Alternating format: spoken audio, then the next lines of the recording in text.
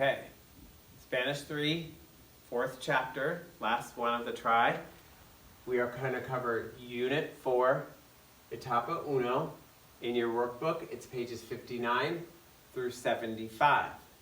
There are 3 topics, 2, piece of cake. They're actually all really easy. There's nothing super difficult in this chapter. First, decir. This is just the irregular chart for the verb decir. So if it were a regular chart, then all these letters in black would be different. They would be E's. This would be D-E-C, but it's not. The yo form is digo. Oh, rewind. The verb decir means to say or to tell. A little bit different than hablar. Hablar is to speak. So decir, the yo form, digo, their I-G is what is irregular. Then I-C-E-S, and then I, and then I here. Now this looks like something we already talked about. If I were to draw a circle around these, this would form a boot. So you can think of it as an E to I stem changing verb. You have the I's that happen in these 4 boxes, don't happen in these 2 boxes. The only thing that's one extra step is remembering that the yo form has a G instead of a C. It's not a C, it's a G. That's what you need to know about the verb decir. The next verb, the verb salir, is to leave. The only thing that's irregular in the conjugation is the yo form is salgo. It has a G as well, like digo. Salgo has a G. Now, we learned the verb dejar with dejar un mensaje, to leave a message. It matters which one you use. It's like ser and a star, where you have to know which one to use. So salir is to leave, as in, bye, I'm leaving, like go away. Dejar is to leave, like leaving something behind. Like, for example, if I have my pen and I leave my pen there, that's dejar, and leave a pen. But salir, I'm going to go away, bye, walk away, and that's salir. Okay? Last topic is not in your workbook, so I will be sending you this page. But this page, so you'll get this page from me, but we're going to learn how to do, in Spanish it's called mandatos afirmativos, which are positive commands. A positive command is when you tell somebody to do something. It doesn't have to be screaming, yelling, angry. It can just be, take out your homework, please. Oh, I'm cold. Close the door. Or put your book away.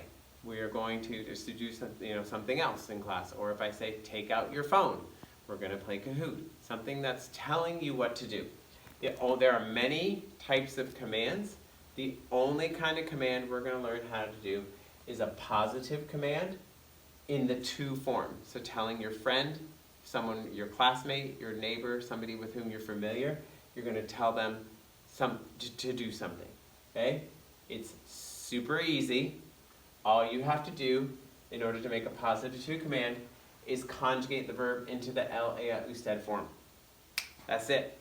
Super easy. For example, if you have the verb correr and you want to tell someone to run, you'll say corre. If you have the verb buscar, you want to tell somebody look for something, you'll say busca. If you have the verb jugar, you want to tell them play. Like your PE teacher might say play if you're not playing the sport in PE class. So they'll say to you, juega.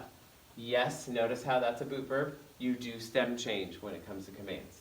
Okay? Now, let's look at the difference between this sentence right here and this sentence.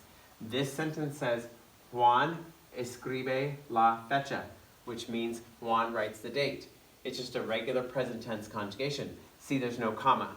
But if I put a comma here, that means I'm just getting his attention, and then I'm giving him a command. Juan, comma, escribe la fecha. Juan, write the date. So this comma is going to tell you it's a command, not a regular present tense verb. Okay? Just the last chapter, we did direct object pronouns. Whenever you're going to do a command with a direct object pronoun, then what you're going to do is you're going to attach the direct object pronoun to the command. So, for example, if I say Juan, sticking to this example, Juan escribe la fecha. Juan writes the date. What is being written? The date, la fecha. This is our direct object.